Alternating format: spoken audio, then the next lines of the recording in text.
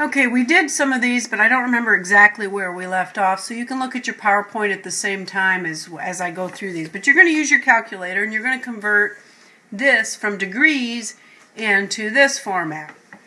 And remember, the way you're going to do that is you're going to take your calculator, you are going to clear, and you're going to put 329.125 into your calculator. And then what you're going to do is hit second apps, which is the angle. And you're going to put down to number 4, DMS. You're going to hit enter and enter. And it will change it to 329 degrees, 7 minutes, 30 seconds. You do not need to know how to do it by hand because we're not going to quiz you or test you on any of this. It's just to become familiar with your calculator. Now, how do we do converting where it's already in DMS to degrees? I've got the steps written down, so I'm going to put my calculator, let's see if I can put the calculator here and you can see it. Hoping you can. It is quite bright, but I'm hoping it's dark enough, I hope you can see it. Alright, so what I'm going to do is I'm going to enter 35. And then I'm going to put second apps. See the degree symbol? Hit enter. And then I want to change 12. Second apps. See the minute sign? Hit enter. And then I'm going to put 7. Now there's no seconds on this one. We have to actually take this and go to alpha and then press the plus sign. And you'll see the seconds. You hit enter and it will convert it to degrees. Now you don't need as many as I put down. I think they only want 2 or 3 decimal places. And that ought to get you to converting. Example 2 has us converting from from degrees to radians or from radians to degrees. You need to know this conversion. And all this is unit analysis like you would have done in chemistry. So I took 135 times pi over 180. The degree symbols cancel. And without a calculator, I said 5 goes into this 27 times, 5 goes into this 36 times. Well, 9 goes into both of those, so this ends up being a 3. This ends up being a 4, and you get 3 pi over 4. You don't have to put any radians down. It's implied. Then we have negative 30 degrees. Don't lose the negative sign. Times pi over 180. 30 goes into 180 6 times, so it's negative pi over 6. Now when I'm converting from radians to degrees, I'm going to flip this. Remember, whatever the unit is on top is the unit that I'm looking for. The pi's cancel. 3 goes into 180 60 times. 60 times 2 is 120 degrees. And then in D, I don't want to lose my negative. Negative just means I went clockwise. So I'm going to put a negative here. The pi's cancel. And I can get this simplified. 4 goes into 180 45 times. 45 times 3 is negative 135. You must have the degree symbol when you're dealing with degrees. Otherwise, it's implied as radians. Now, in example 3, we want to identify all the angles that are coterminal with 80 degrees. Draw one positive and one negative. Now remember, there's an infinite number of coterminal angles. I can keep going around and round and rotate around. So it's 80 degrees plus 360 degrees times n. N is an integer. If it's positive, I rotated counterclockwise. If it's negative, I rotated clockwise. So for a specific angle, I'm just going to look for the first rotation. And I let n equal plus or minus 1, plug it in, and I get 440 and then negative 280 degrees. And this should have a degree symbol. So, now how do I draw these? Well, the first thing I do is I draw 80 degrees, and then I'm going to go 100, or I'm going to go one revolution around plus 80 more. That's what this is telling me to do, and I get 440 degrees. I now, on the second part, draw the 80, and now I'm going to go clockwise until I end at this terminal point, and that's negative 280 degrees. Example 3b says now we're going to deal with radians. So I have negative pi over 4. I always start in standard position, which is this x-axis. Negative means I go clockwise. That happens to be 45 degrees, so I went halfway from here to here. Alright, now, so what I'm going to do is I'm going to actually add 2 pi times n to this angle.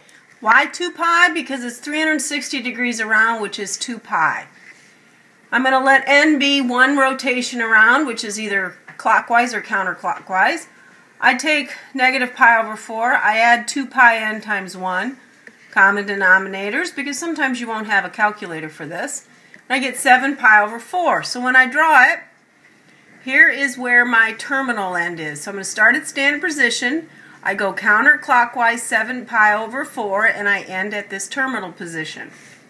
Now when I put in a negative 1, I get negative 9 pi over 4. Again, I start standard position, and I end here at this terminal for negative pi over 4. So if I start at standard position, I go all the way around, end at this terminal side, it's negative 9 pi over 4. Now you can do the guided study. Now for arc length equals r times theta, and theta must always be in radians. So if they give it to us in radians like they did in example A, they told us theta was pi over 3. They said the radius was 4 inches. Find the arc length. You just plug it in. Remember, radians is a unit that you ignore, and 4 pi over 3 equals approximately 4.2 inches. Now in part B, we took the degrees. We have to have that in radians. The radius is 7 centimeters. So what I did is I put 7 centimeters, and I changed 125 degrees times pi over 180 degrees. And I get this number. Now we want to have it in decimals, so 175 times pi divided by 36, and I get approximately 15.3 centimeters. Now you should be able to do the guided practice. In example 5, we're looking at a vinyl record. It has this diameter. It spins at this revolutions per minute. We want to change that to angular speed of radians per minute. It's omega. So omega is your degrees over your time. So we did 333 1/3 revolutions per minute, which is 100 revolutions per minute, and we're going to change it to radians per minute. 1 revolution is 2 pi radians, which is 360 degrees around. Multiply the tops, multiply the bottoms, punch it in my calculator, and I get 209.4 radians per minute. In example B, they want us to find the linear speed in centimeters per second. They gave us the diameter, which I converted to a radius, which is half of the diameter. They gave us the angular speed of 100 over 3 revolutions per minute. We want to find the velocity, which is r theta over t, or as I like to write it, r omega. So here's my radius, 15 centimeters. I multiply it by 100 revolutions over 3 minutes. 2 pi radians is 1 revolution. Multiply it by 1 minute is 60 seconds. When I do that, I get 52.359 centimeters times radians times seconds. I'm going to ignore the radians. It's pretty much unitless. It's there when we need it, or we can ignore it. And so now the velocity is 52.4 centimeters per second. Last example is with finding the area of a sector. Notice the book gives you A equals 1/2 r squared theta. Now this, to me, I don't want to have to memorize another formula. I already know what the area of a circle is, so I'm just going to take a fraction of it, or a portion of it. So they tell us the angle is 3 pi over 4. They tell us the radius is 5 centimeters. The whole circle is pi r squared. And I only want this section of it. So if that's all I want, I'm going to take 3 pi over 4 and divide it by 2 pi. That's a fraction of the circle, times pi r squared. Now this looks like a very complicated fraction. So what I'm going to do is I'm going to change it to degrees. And I would much rather take 135 degrees divided by 360 degrees times pi times r squared. Put this all into my calculator and I get 29.452 meters. Please verify you get the same thing with your calculator. Example 6, part B, they want us to find this area here. It is 60 degrees and it has an 8-foot radius.